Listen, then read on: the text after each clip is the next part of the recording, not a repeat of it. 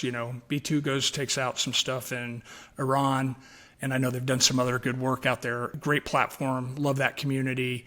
But, at the end of the day, it's a very expensive platform, not many of them. And if you only drop two, MOPS, what's the cost if all in to deliver that weapon on that given day? And so you got to be willing to pay that. And then you look at, what's going on in the Ukraine, and you got some very asymmetric stuff with, drones and counter drone, very low cost, $1,000 a DMPI, maybe $500 a DMPI.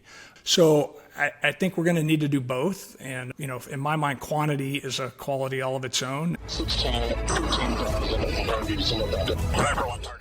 some of the testing that you were a part of with the AL213, the ALE50, MALD, AR69, jamming pods, TARS, DEED. I mean, a whole slew of things that are integral to today and things that are happening in the F-16.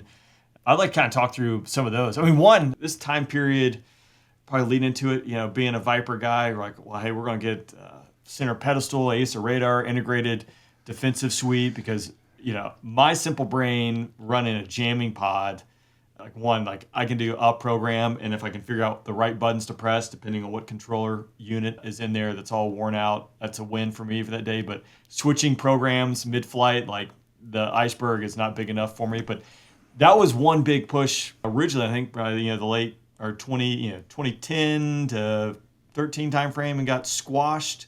And now the Viper's getting, obviously, they're being modified with ACE, new jamming pods, et cetera. But that was a big part too. Were you part of that testing to bring in this integrated system where, it sees the enemy, the fighter control radar out there, it can squirt the right, stuff out the front? Yeah, so we actually built that system. The ALQ-213 did all of that, and we started that in 98. I got there in 99.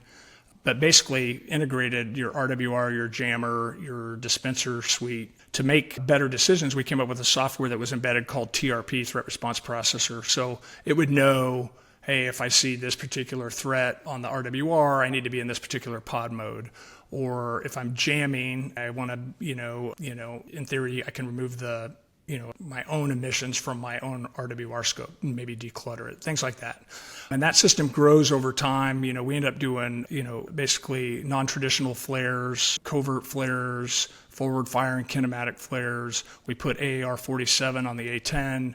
We build a virtual training range similar to like what Raptor and F-35 have, where you can have an embedded training mode. So we had VECT, Virtual Electronic Combat Training System, and that was back in my second tour in 07, 08. And we got those across the A-10 and across the F-16. Even a little side project that we did on the AT-6 had all that. So that was kind of the start and the foray into that. But what you're seeing now is the next level above that. So I know there's some integrated iViews, and there's another system I think that's one's Northrop, one's L3, but they're standing on the shoulders of stuff that we did before, and from all accounts I hear it's pretty great stuff. And eventually we made the pitch that the 213 and everything migrate over to the Block 40 and 50 fleet, because it was 10 years delayed, and you guys were still doing ALE 47 and having to flip all the switches, which didn't make a lot of sense in a high threat environment. It didn't seem like it was going to work out well. Yeah. Thankfully, most of our wars didn't require it. So, right. Yeah. Oh, it's crazy. I think just in the last, 5 or 6 years, how fast everything, from not only the threats and recognition of the threat laydown has changed, but what is coming to the forefront for the warfighter and the capability is pretty impressive. Just how fast that's being fielded, which is pretty cool. It's completely changed games since I stopped doing it. So, and it's added so much complexity. Test is all about, you're predicting what results you're going to get, going out and testing it. Does the predictions match? If it doesn't, what did we miss? Let's go update our sims. Let's update our models. And when you add complicated software and things like AES or radar processing, that's what takes all the time these days. Even in the civilian programs that I've worked at, like Gulfstream and at Regent, they're heavily software-based platforms. And I know you've talked about it a few times, just the delays in F-35 for getting TR3 and some of those things out the door. It's tough, and it's not the fun, sexy first flight stuff that a lot of us who went into developmental tests wanted to go do. We didn't want to do the dash 2 writing. We wanted to, be able to do a first flight on a new vehicle, do something, that's at the edge of, our capability limits today. But really, we're typically slowed down by software and how long it takes to mature and make sure that it's safe and does everything it's supposed to do. Because all it takes is one erroneous line of code to get unlocked at some point, and somebody's having a bad day. So, working with a vendor that developed, widget X, Y, or Z, and the software that works with it, or developing it. Again, because my understanding too, for a while, like the guard, hey, we are changing something, we can write the code and change the code and squirt the jets really quickly. Active duty, for the longest time, it would just wait to the next cycle to get reworked and done. I mean, in your opinion, is there a better way or a faster way or is that even a roadblock today? Like, company X develops a widget, getting that software integrated into the whole, like who oversees that, get it integrated into the aircraft. And if we need to make a change, do you have to go back, because it's proprietary software, can we own it, et cetera? And let alone like as you've already alluded to, is like one line of code could be wrong and just trash the whole thing. Like it's very complex, but are those roadblocks still there today? Like, is there a better way around it? What are we facing? Yeah, I think everything you mentioned still exists. I think it's, program specific and relationship specific. The reason why the test center at Tucson could do things quickly is because we were a legacy system, we were able to get our OFP suite moved under the supervision and work authority of the folks at Ogden. So we had GS employees working on it. They had some great young kids, and, we'd go out and buy them pizza and beer and, cocktail napkin up, a PVI improvement or a new candidate.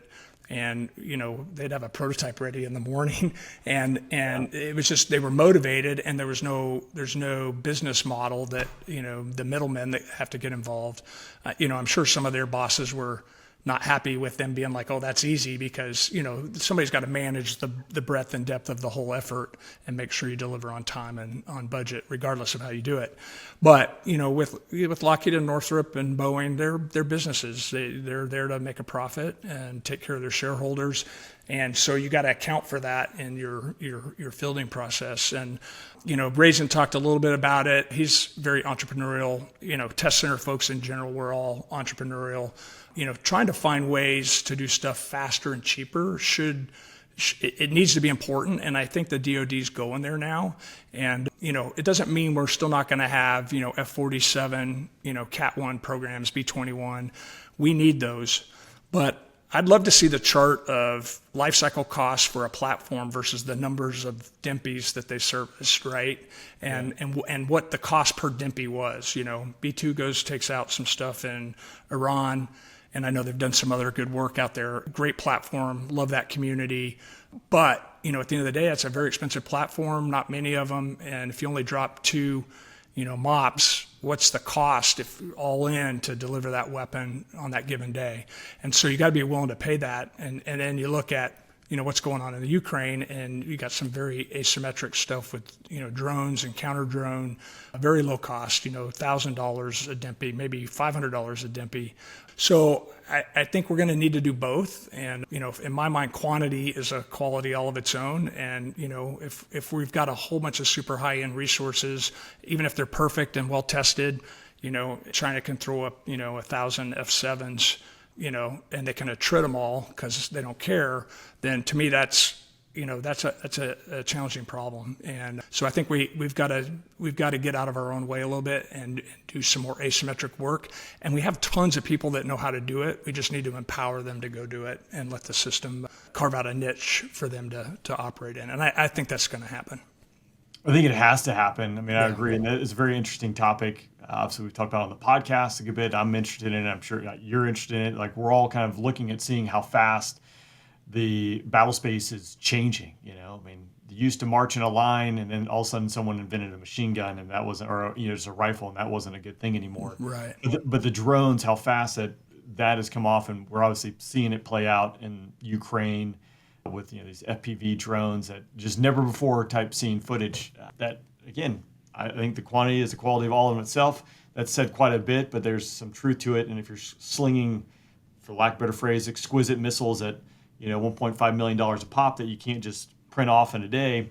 How fast and how often can you do that? So there's a lot of demands on our military industrial complex to produce these things. But when it comes to like the F-47, for instance, you say we kind of have to do them both. And I mean, I would agree with that. How do we navigate that? For those who haven't been following the NGAD, the Next Generation Air Dominance fighter discussion, F-47, it's like you have to get it right because you're building an exquisite piece of technology that, again, our procurement process is not that fast. And if you procure this platform, it takes 15 years or however long it takes. And again, as fast as technology is evolving, if it doesn't answer that threat 15 years from now or can't adapt to it, we just wasted all this money. And again, cost per DMPI, desired point of impact. How much money do we spend? Are we ever going to use it? How do we navigate this? What's Coma's thoughts on it? Yeah, I think those platforms that are going to survive and meet the in-state cost and performance goals, you're seeing, when you say 10 or 15 years, you're seeing the top of the iceberg. There's teams that have been doing, looking at lots of technologies, whether it's at DARPA, whether it's at Air Force Research Labs, and there's a lot of maturation that goes on there before we ever even commit. And that needs to continue, and that's how you pick the right things and pick the right pony, pick the right things to put on the pony. But we do need to figure out a faster way to award a contract, get the prototypes built and get them fielded. And honestly, the thing that scares me the most in that whole process is not materials, not, propulsion, even though those things can be problematic. It's software, right? And it's how do you make your software, especially the mission system side, robust very quickly and do all the integration work. So because all these platforms are integrated, right? Every sensor, every actuator, everything's on the bus. And so you got to make sure all that software works. And then thermal, right? A lot of these airplanes generate a lot of heat because you got all these processors and actuators, and you got to be able to get rid of it. And those, like as a test guy, those are like when I look at programs, that's the stuff that it's not sexy, but those are typically the hard problems to solve. And when I was at Edwards, Raptor was just finishing up DT, getting ready to go into OT, and they put fuel in refrigerated fuel in the truck and put it in the vehicle because it was over temping just getting to get airborne. So a lot of heroics there, and I think they've eventually figured all that stuff out. But yeah, I don't know that there's a correct answer, but I think some of our own, I think it's like a lot of things, the policy creep, we become less efficient as government organizations. And to me, that's the area that we should tackle because there's probably 10 or 20% that we can reduce in terms of cost and in terms of time, which at the end of the day will be significant.